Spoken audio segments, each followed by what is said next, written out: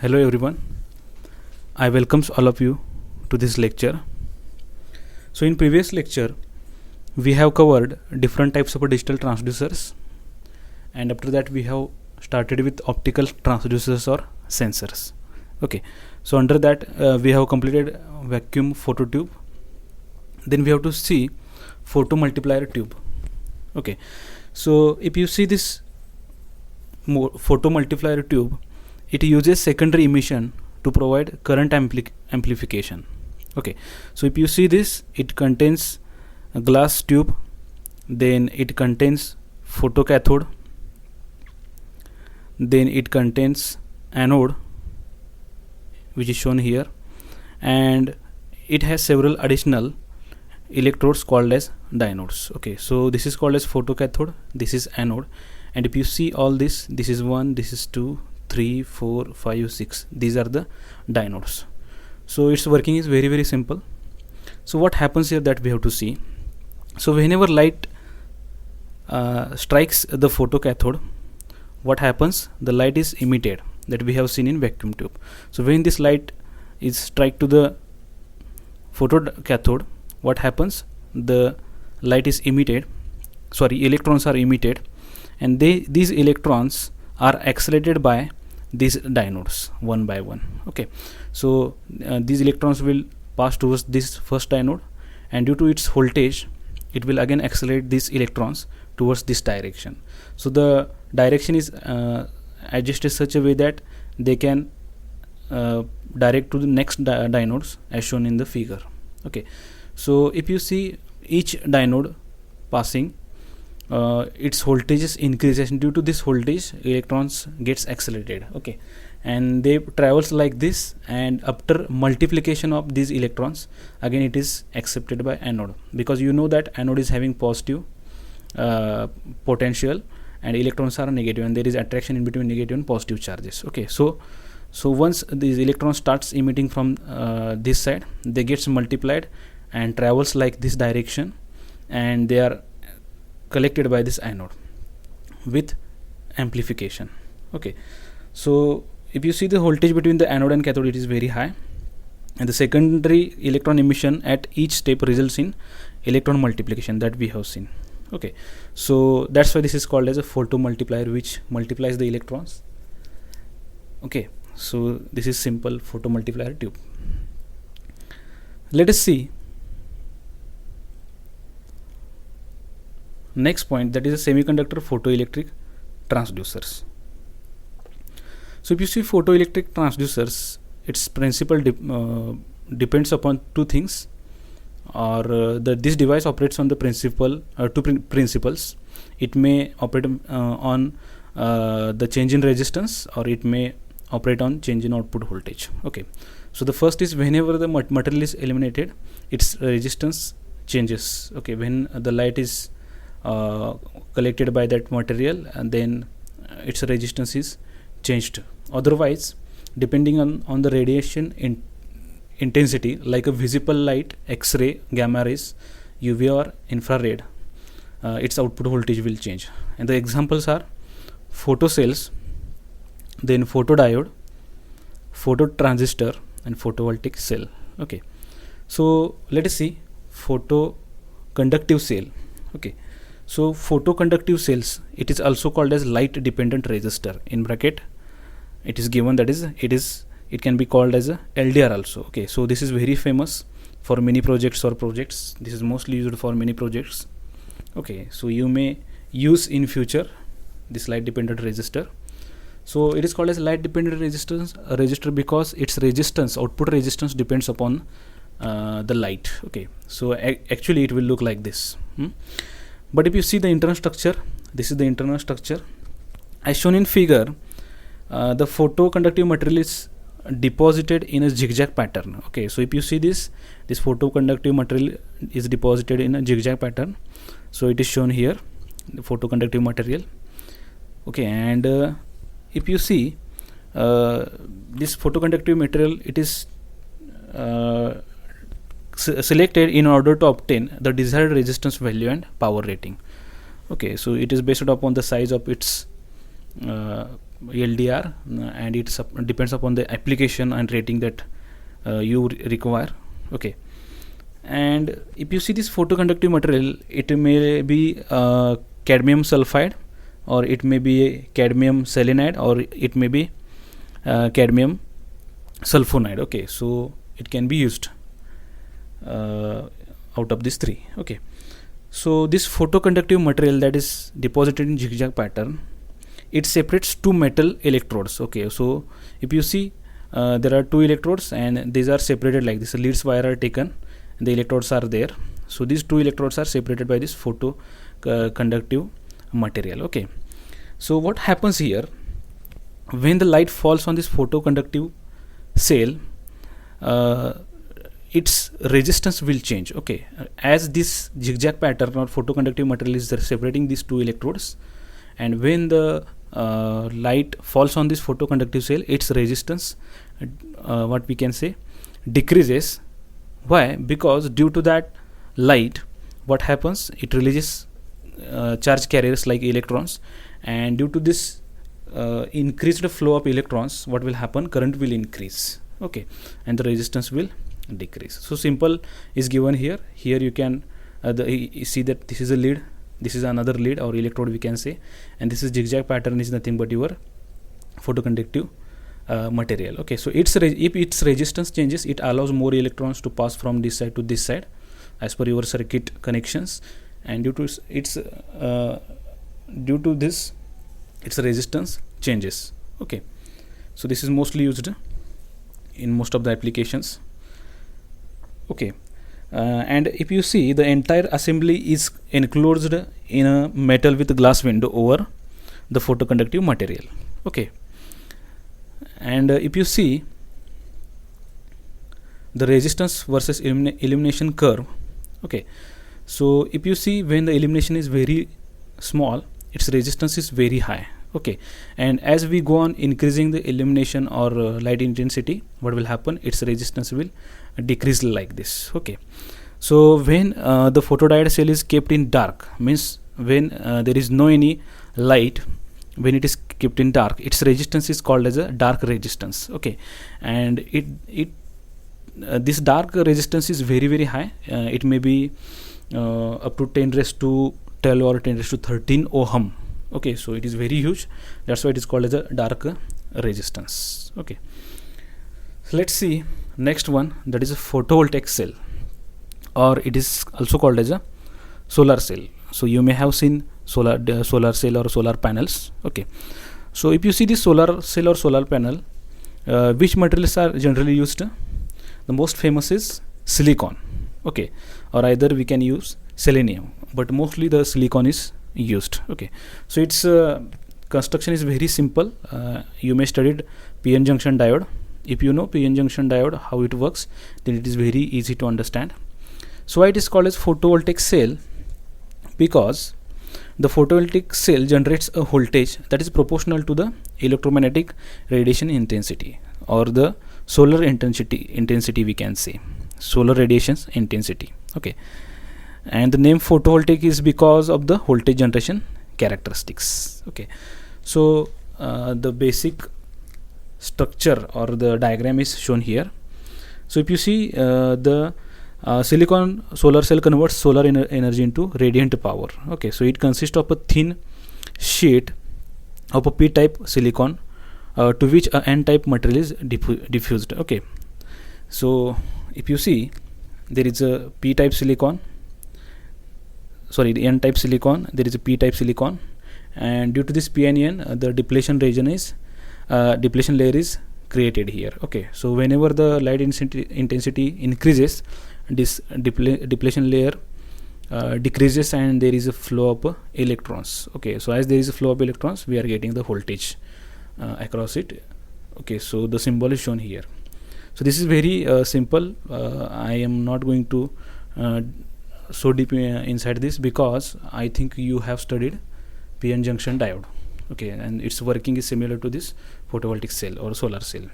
Okay, so the output is directly proportional to the solar radiation or photon light we can say, because ultimately solar radiation or light contains photon energy that is converted into electrical energy. Okay, So let us see the next one, that is a smart sensor. Okay, now smart sensor is not a particular sensor, it is generally concept.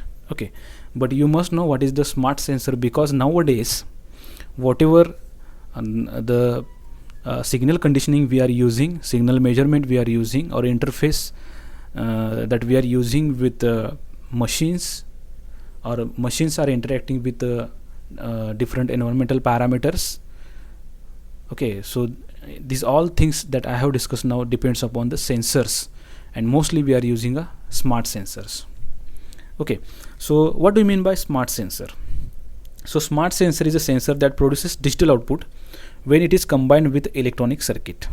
Okay, so if you see a smart sensor or a transducer, it contains sensor transducer, it contains signal conditioning, it contains processor or controller, and as well as it uses the communication interface to communicate with other systems, or to communicate with humans. Okay, or inside other part of the system or assembly. Okay, so difference between the normal sensor and smart sensor is that smart sensors is an intelligent device basically. Okay, why it is intelligent? Because it is using microprocessor or microcontroller. Okay, so it generally sense the unit, and the signal is conditioned, it is converted into digital, and after that it is processed by this processor or controller.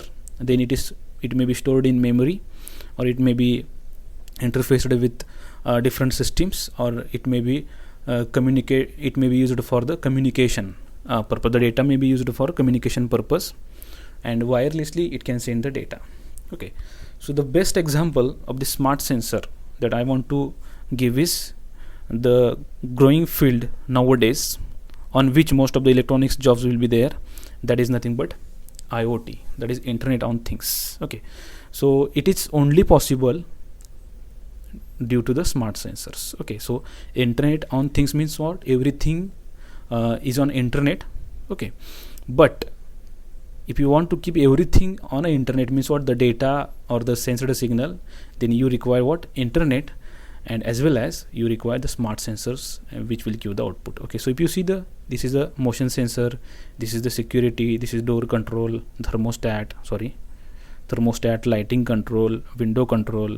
So everything is sensed by the smart sensor, and they are communicating with each other. Okay, with the help of internet or network. Okay, so if you see, they are interacting with each other, and the sensor that we are using here, it may be different types of displacement, temperature, intensity. Okay, but they all are smart sensors.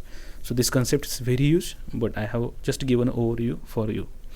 Okay, so we can say the single smart sensor can be used for measuring different parameters. Okay, it is also possible that single sensor can give the output for pressure, temperature, gas, humidity. Okay, so it may possible. So also it can broadcast information regarding its status.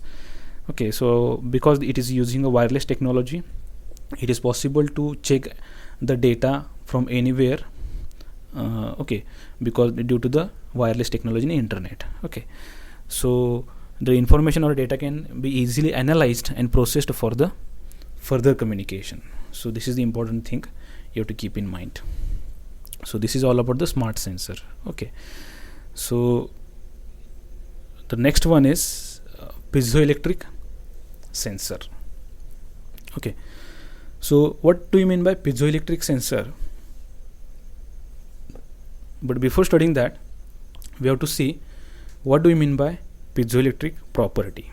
Okay, so I think in physics you may have studied about this piezoelectric property. So there are certain materials which possess this piezoelectric property. Okay, so what is this piezoelectric property? So whenever such devices are what we can say experiences the force like mechanical force like pressure or stress, then they are giving the output, they vibrates due to that, and they may generate the output in the form of electrical signal like a charge or a voltage. Okay, so this property is generally called as piezoelectricity. Okay, These materials will generate an electrostatic charge or voltage when mechanical stresses are applied across them. Okay, so if you see the piezoelectric sensor, it is a transducer which is used for conversion of pressure or mechanical stress into alternating electrostatic charge or voltage. Okay, or it may happen vice versa also. Vice versa means what? Suppose if you apply the charge or voltage to that, it will vibrate or convert that charge into mechanical movement. Okay, so these are the piezoelectric devices. Okay, so which piezoelectric devices are generally used? The most important is quartz, or the secondary we can say Rochelle salt, but mostly we are using quartz as a piezoelectric sensor. Okay, so it is generally used for measuring the physical quantity like force, pressure, or stress. Okay, so there are different modes of operations, so that you have to study, because that is your assignment. Okay, so what will be the assignment that we have to discuss afterwards? Just see this piezoelectric sensor. So if you see this this is a piezoelectric transducer or material, and if you see if you apply the force, it will generate the voltage, output voltage. Okay, so this is the conducting material, this top and bottom, we can call it as metal. In between that piezoelectric material is there, and if you apply, so this can be also called as electrodes, and from that we have taken two wires. So this is a T, this is W. Okay, and due to this force, what will happen? The output voltage will be generated. This is very simple working of piezoelectric sensor. Okay, so there is one assignment for you based upon this piezoelectric sensor. The assignment is that you have to search on internet about different piezoelectric sensors modes of operations. Okay, so just you have to note down different modes of operation or small diagrams for that, and after that you have to obtain the equation for the output voltage E out. Okay, so these two things you have to write on a paper, and scan these papers and upload this assignment on Microsoft Teams wall. Okay, so this is your assignment. So I think till now I have not given any assignment, so this is your first assignment. Okay, so again I am repeating what you have to do. You have to just note down the modes of operation of piezoelectric sensor. This is very simple. Okay, so that's why I am not going to deep into that. Just if you apply the force, it is generating voltage. Okay, so that's why you have to see which modes are there. If you want to draw the small diagrams, you can draw, but the most important thing is that you have to calculate the output voltage, means mathematical expression I want. Okay, that E out, you have to search on internet, or you can search on the book that I have uploaded on a Microsoft Teams. Okay, so these two things you have to do. So in diagram here it is shown that force can be from both sides like this one, or it can be opposite to that. Okay, so this is compression and this is called as a tension. When it is compression, its size gets reduced and the will get a deflection like this, and when there is a tension, we will get a deflection like this. Okay, so this is the simple operation and the voltage is shown here. See deflection carefully, and as per that you can calculate the output voltage E out. Okay, now the last point from this chapter, that is proximity sensor. Okay, so if you see different types of projects, it is mostly used proximity sensor. Okay, so this is your second part of assignment number 1. That is what you have to do. You have to search on internet about the proximity sensor. Okay, and what you have to do, you have to write down the specification of the proximity sensor that I have shown on this in this diagram. See carefully this diagram. I want the specification of the proximity sensor, and just working of this proximity sensor you have to mention. Okay, so these two things you have to do in the assignment. The one is related to piezoelectric sensor that I have discussed earlier, and the second thing is that the proximity sensor, its rating I want its specification. What do you mean by this ground plus 5, this SIG? What is this? What is this? You have to mention. You can draw a small diagram. You have to mention what is this part, what is this part. Then you have to write down specification, and after that you have to just mention how it works. Okay, so this is your assignment, and with this we have completed this chapter. Okay, so we will discuss about this proximity sensor in next lecture. Don't worry, but I want you to search that, so that habit must be developed. Searching, googling the different types of data, electronic data, sensors. That habit must be developed in you. That is very important. Okay, so just Google it, access different sites, see what do you mean by proximity sensor, what is the specification of it, and just mention its simple working. Okay, that's it. So okay, with this we will stop here. Thank you very much. So just upload the assignment within 2 days. Okay, thank you very much.